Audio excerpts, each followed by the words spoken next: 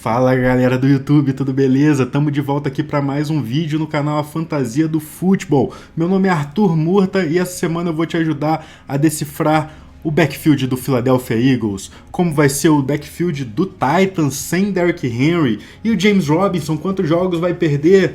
Vamos ajudar a decifrar como vai ser o time de vocês sem Calvin Ridley, sem James Winston e muito mais, ainda vai ter dicas de waivers, então se liga comigo que depois da vinheta tem muito conteúdo, 8 coisas que você precisa saber depois da semana 8 da NFL. Tamo junto?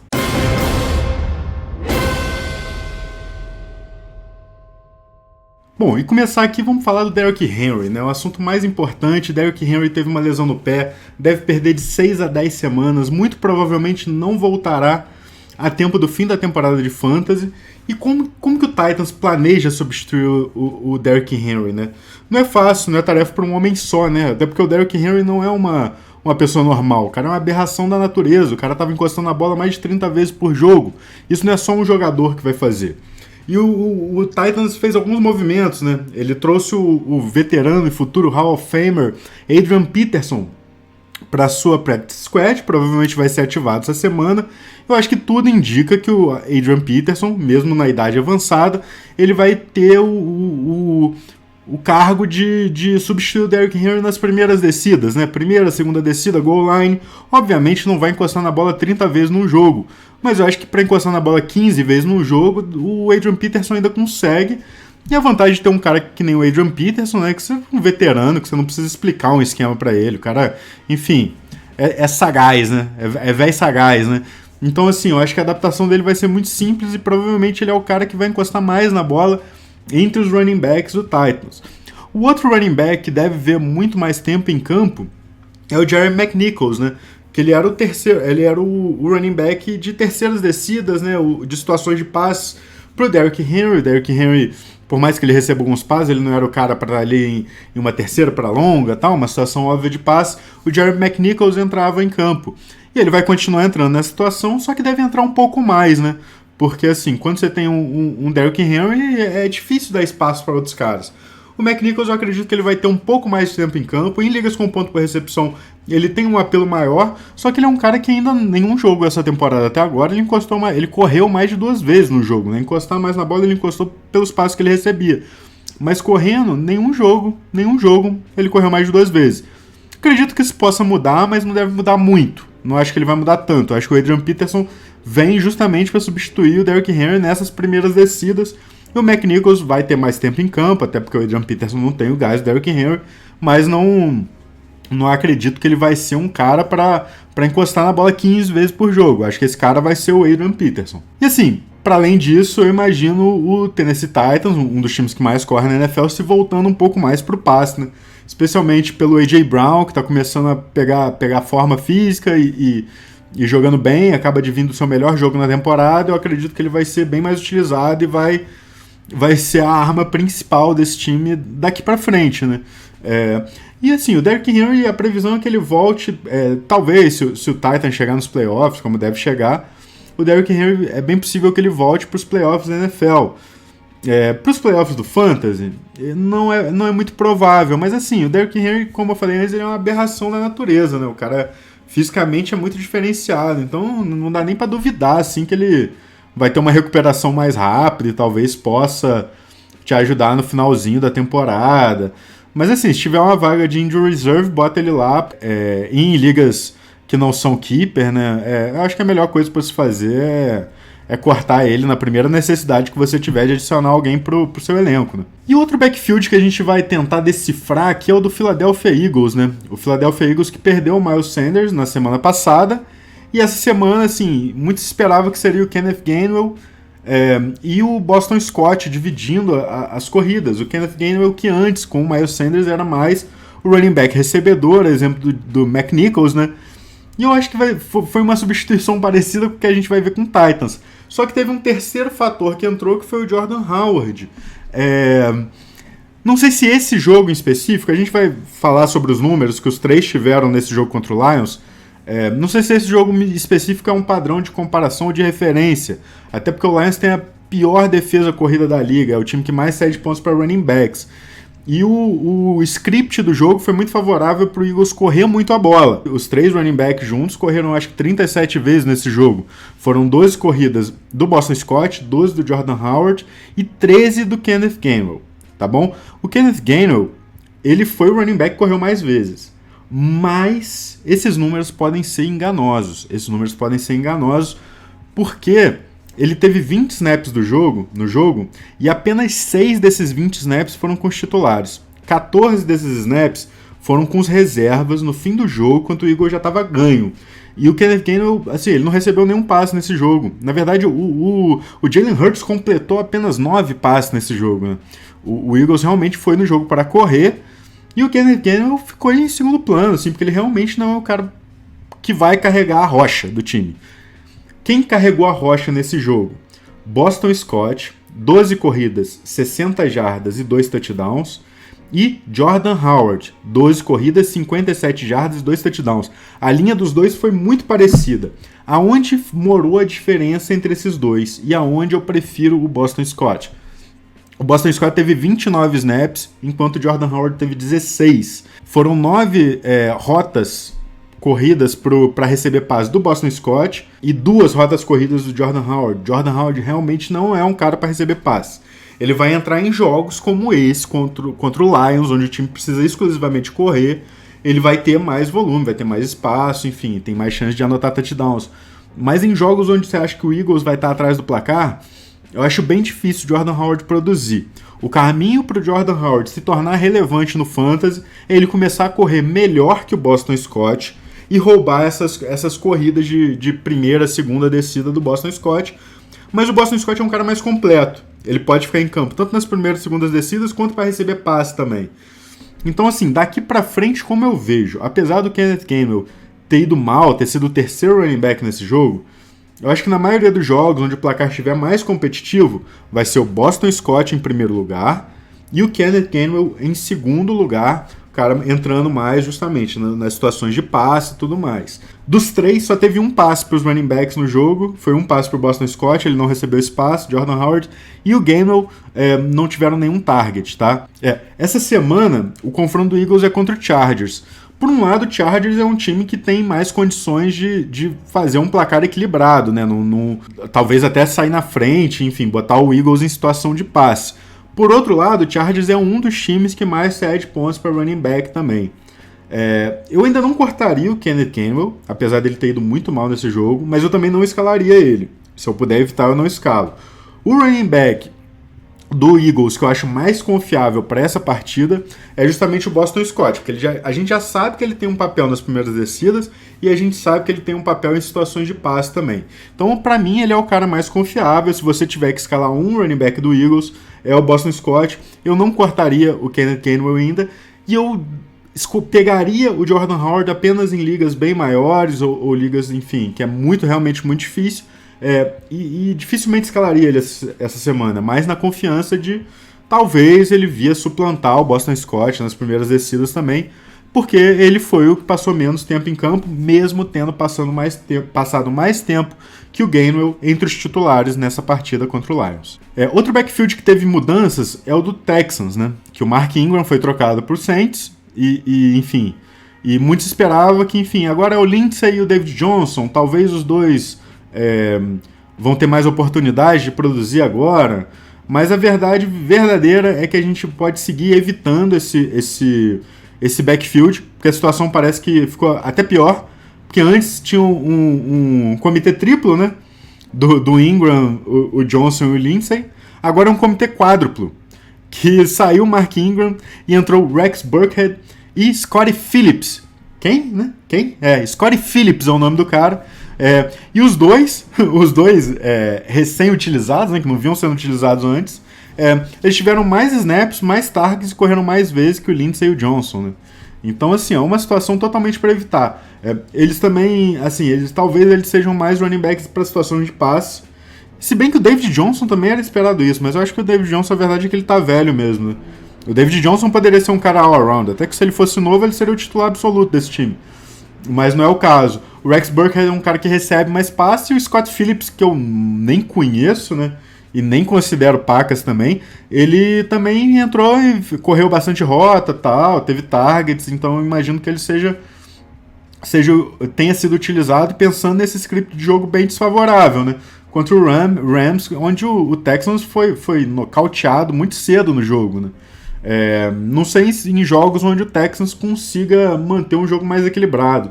Mas também nem sei se vão haver esses jogos, né?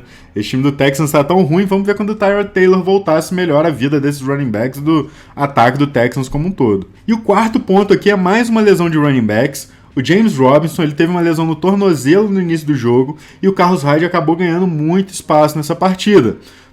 A gente tem que monitorar com cuidado essa lesão do James Robinson pelo seguinte: o Carlos Hyde ele poderia ser meu alvo preferido dos waivers essa semana, ou poderia ser um cara que eu não gastaria um centavo, dependendo da duração da lesão do James Robinson. E por que eu digo isso? Porque o jogo dessa semana do Jaguars é contra o Buffalo Bills, que tá cedendo muito pouco ponto para running back. É muito difícil correr contra o Bills.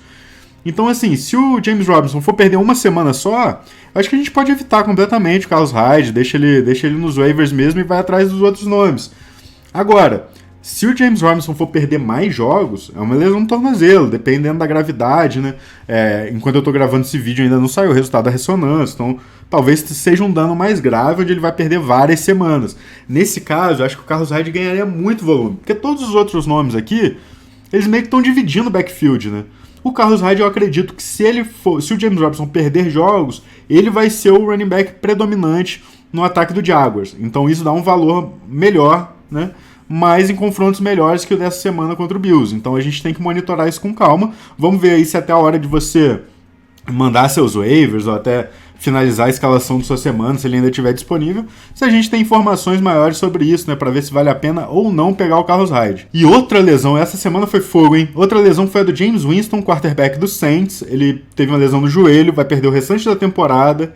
E o negócio foi sério, realmente o negócio foi sério. O Trevor Siemian entrou, quem lembra dele, né, da época do Broncos e tal, ele entrou no jogo, assumiu.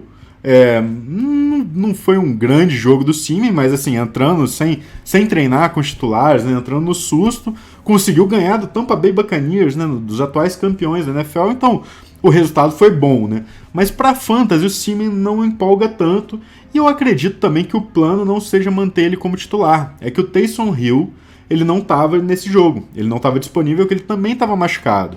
A partir do momento que o Taysom Hill estiver saudável, eu acredito que ele vai ser o titular desse time do Saints. Taysom Hill é um cara meio controverso, assim, no sentido de que ele não é um grande quarterback de NFL. Eu acho que ele não é nem mediano como quarterback de NFL, mas para fantasy ele produz muito bem, né? Porque ele corre muito, ele pode receber passes, ele faz de tudo que um quarterback normal não faz, né? Então, assim, o Taysom Hill é um nome pra gente ficar de olho aí. Se você tiver necessidade de quarterbacks no seu time, é bom ficar de olho no Taysom Hill, porque ele pode ser um bom nome. Ano passado, quando ele teve que jogar, quando o Drew Brees se machucou, né, foi o Taysom Hill e não o James Winston que entrou no lugar do Drew Brees. E ele produzia muito bem pra fantasy, né? Quase todas as semanas ali fazendo mais de 20 pontos. Eu acho que a gente pode esperar isso dele, caso ele se recupere e realmente seja titular, como eu acredito que ele vai ser, ao invés do Trevor Siemian, que não empolgaria muita gente pro fantasy, né?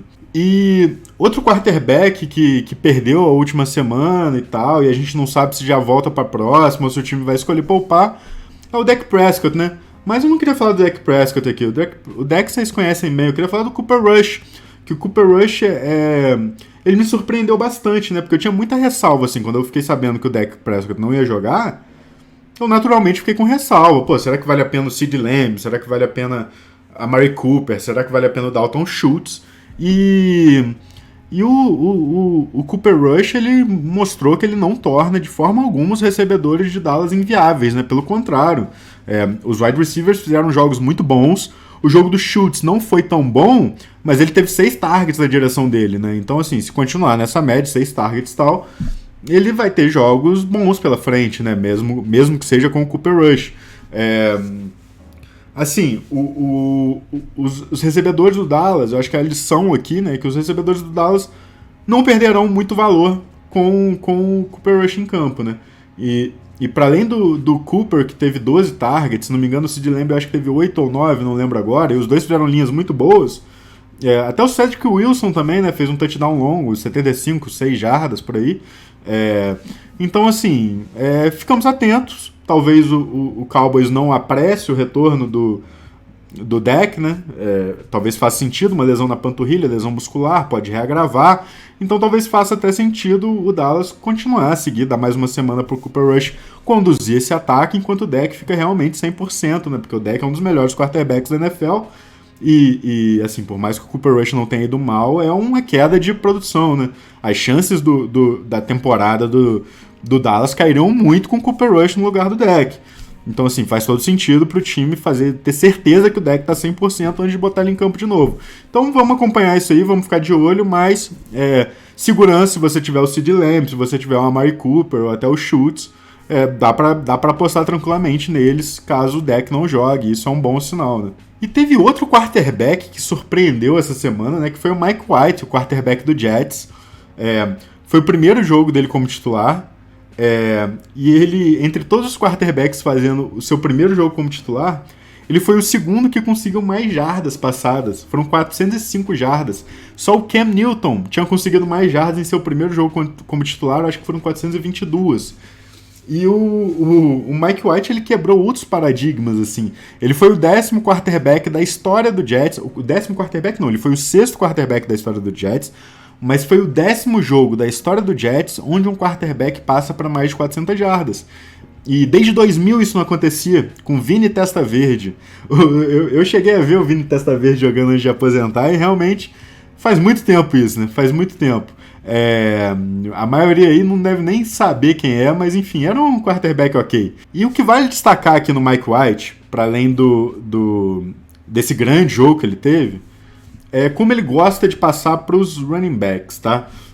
Nessa partida, o Michael Carter e o Ty Johnson juntos tiveram 20 targets. E na semana passada, onde o Mike White entrou na metade do jogo, eles tiveram 16 targets. O Mike White, assim, é questão de confiança para ele, os passes fáceis, completar os passes fáceis. Não é porque ele está conseguindo 400 yards que ele está mandando bomba toda hora e completando vários passes longos. Pelo contrário, vários passes curtos, jardas depois da recepção. Não só os running backs, mas o próprio Jameson Crowder também, que é um slot receiver que recebe passes curtos, passes pelo meio e tal, e screens e consegue ganhar jardas depois da recepção, também teve um bom jogo, né? E ressaltando também que foi na ausência do Corey Davis, né?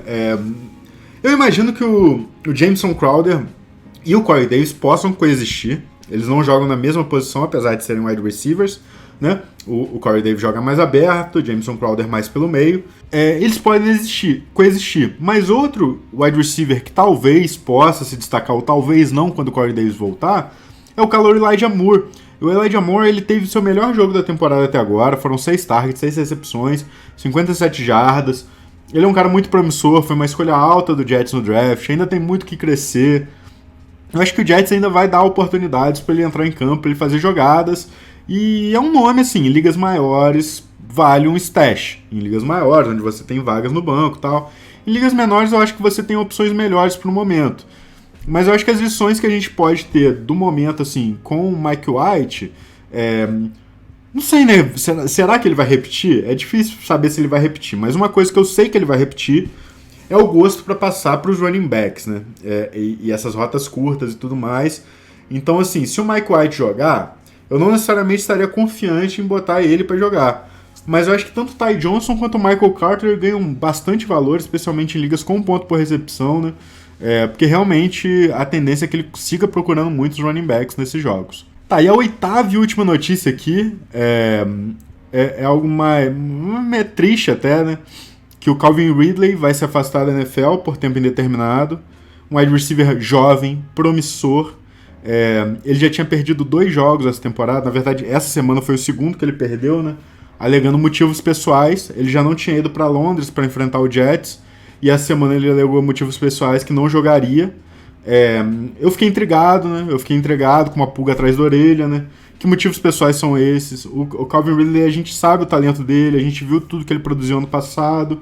E essa temporada ele não está produzindo tanto, né? Apesar de ainda ser um wide receiver muito bom, um wide receiver 1 para fantasy, inclusive. Mas ele não vinha produzindo tão bem, né? E eu fiquei com a pulga atrás da orelha se era problema se ele não tava com a cabeça no lugar, se a cabeça dele não tava nos outros jogos, né?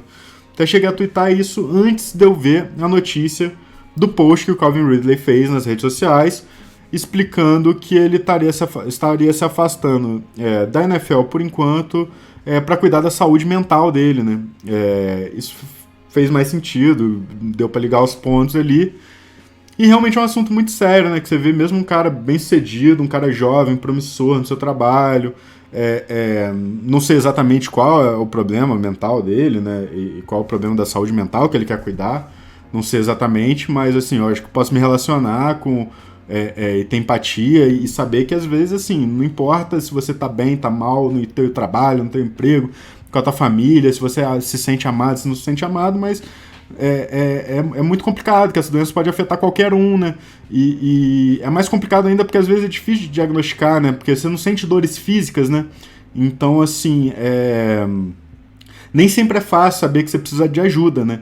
Então, assim, isso é realmente muito complicado. Eu encorajo vocês, se você, tô me sentindo mal, não tenho alegria em nada, tô preguiça, não consigo sair da cama, sei lá, preferencialmente, né, procura ajuda médica, né, de alguém capacitado, mas, não tenho condições, tal, sei lá, procura um amigo para desabafar, pelo menos, né, alguém que você possa compartilhar suas angústias, né, às vezes pode ajudar um pouco, mas, se possível, procure ajuda médica, porque realmente isso é um assunto sério, né, um assunto sério, então, assim, desejando melhoras pro Calvin Ridley, que ele possa sair dessa logo, e que possa voltar a jogar e jogar bem, né? Como a gente sabe que ele pode jogar muito bem, né? O cara é muito jovem ainda, acho que tem muita carreira pela frente e a gente torce para ver ele de volta.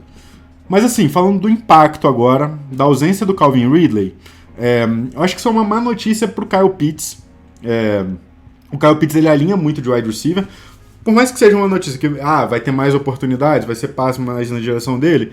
Essa semana, por um acaso, por um exemplo, na verdade, foi uma má notícia para ele, porque ele foi marcado pelo Stephon Gilmore, né? Ele foi marcado pelo principal cornerback do Carolina Panthers e ele não arrumou nada no jogo. Então, assim, muitas vezes agora ele não vai ter o benefício do Calvin Ridley atrair o principal defensor adversário.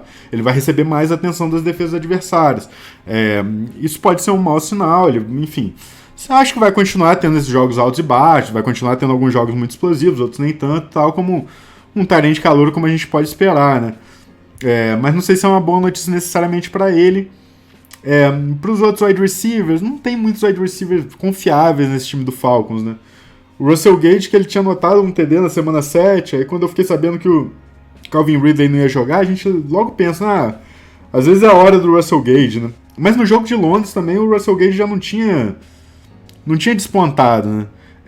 Quem se beneficiou mais nos dois jogos onde o Calvin Ridley não jogou foi o Tajaé Sharpe, wide receiver ex-Titans, né? Que ele teve 58 jardas recebidas, 6 targets e 5 recepções nesse jogo. E no jogo de Londres ele também tinha passado de 50 jardas, ele tinha liderado também os wide receivers do Falcons em jardas recebidas, se não me engano tinha sido 53 jardas. Então, assim, foram os dois melhores jogos dele no ano, justamente os jogos sem o Calvin Ridley. Não é um cara com um teto muito alto, mas é um cara para ficar de olho aí em ligas maiores, é um cara que talvez tenha um piso interessante aí sem o Ridley, né? E a gente pode esperar talvez até um Mike Davis sendo mais usado, porque é possível que o Cordarrelle Patterson seja mais alinhado como wide receiver até muitas vezes, né? E acabe sobrando para o Mike Davis ficar de running back. Vamos ver como que vai ser a situação. Vamos ver daqui pra frente como vai seguir. Mas basicamente é isso. E a gente deseja aí melhoras e que o Calvin Ridley possa voltar logo. Que ele, enfim, tomara que ele não perca a temporada toda, né? Então, dito isso, né? Passamos pelas 8 coisas que eu queria que vocês soubessem depois dessa semana 8.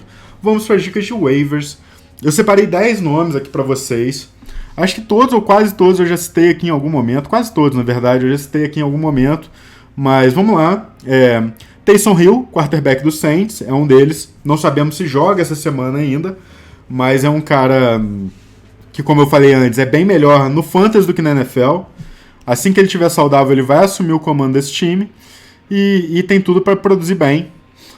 Meu running back número 1 aqui é o Boston Scott. Para mim é o cara mais confiável nesse backfield do Eagles. É um cara que tem um bom confronto essa semana contra o Chargers. Enfim, ele está disponível em quase 80% das ligas do Yahoo. O cara que está disponível em muitas ligas ainda. Semana passada a corrida foi maior em cima do Gainwell. E ele acabou sobrando. Meu running back número 2 aqui, voltando das cinzas, Adrian Peterson, né? Veterano, um dos melhores running backs que eu já vi jogar. Tá em fim de carreira, mas agora ganhou uma oportunidade, que pode ser uma oportunidade muito boa, de produzir bastante, ter uma quantidade significativa de corridas, inclusive na goal line, né? Chance de anotar uns touchdowns. A gente pode esperar isso, uma quantidade significativa de corridas na goal line também. O que a gente não pode esperar dele é muita explosão, né? Que eu acho que nesse momento da carreira ele não vai ter muita explosão e nem receber muitos passes. Que eu acho que o Jerry McNichols vai entrar para revezar com ele em situações de passes, né?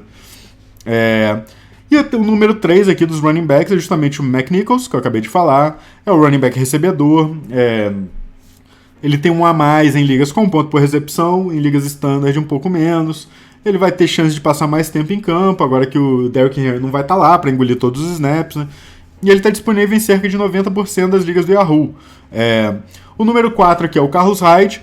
Como eu falei, se eu tiver certeza que o James Robinson vai perder várias semanas, o Carlos Hyde subiria para número 1 aqui.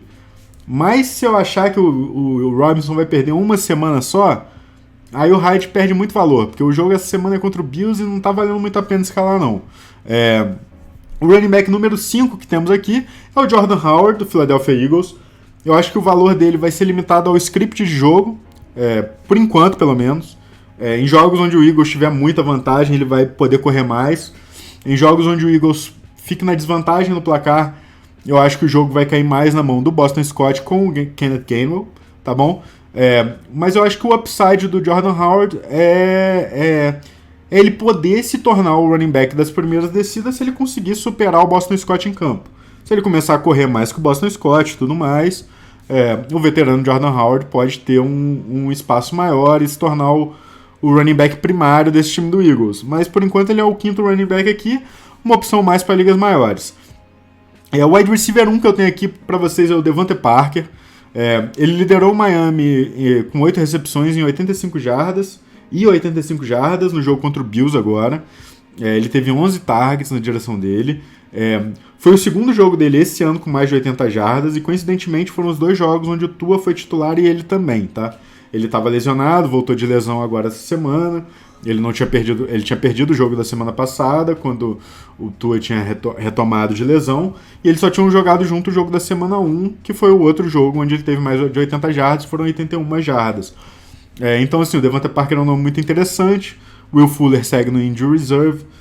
Mesmo quando ele voltar, eu acho que o Devontae Parker vai continuar tendo um volume. O Jalen Waddle, o calouro, tá tendo muito volume, muito target, mas recepções mais curtas. O Devontae Parker eu acho que é um cara mais pronto para conseguir esticar mais o campo e, enfim, tem boa chance de anotar touchdowns também, é um cara muito alto e tal, tem uma boa envergadura. E é um nome interessante que está disponível em mais de 60% das ligas do Yahoo, então está disponível em muitas ligas. Outro nome aí é do Jacksonville Jaguars, é o wide receiver, é o Jamal Agnew, tá? Ele, assim, muita gente esperava o Laviska Shenault tendo um breakout esse ano, mas assim, ele tá caindo em segundo plano, o Shenault. O Jamal Agnew tá suplantando ele em campo. O Agnew nos últimos 3 jogos do Jaguars, ele teve 25 targets e 17 recepções, né? E tá trabalhando justamente naquela área do campo onde o Shenault trabalharia, né? Nos passes curtos e tudo mais. O Shenault, acredito que desde a lesão do DJ Chark, ele tá indo mais pra outside, ele não tá conseguindo... Enfim, teoricamente ele é um cara que vai ter que esticar mais o campo e não tá meio que um peixe fora d'água, né? E o Agnew tá se destacando ali pelo meio e tal, ele tá disponível em mais de 95% das ligas, é um cara muito explosivo, ele retorna chutes também pro Jaguars, é um cara elusivo, dribla muito bem, e tá se destacando, é um cara interessante pra gente pegar aí, talvez não em ligas muito pequenas, mas o volume dele em ligas com ponto por recepção tá bem interessante.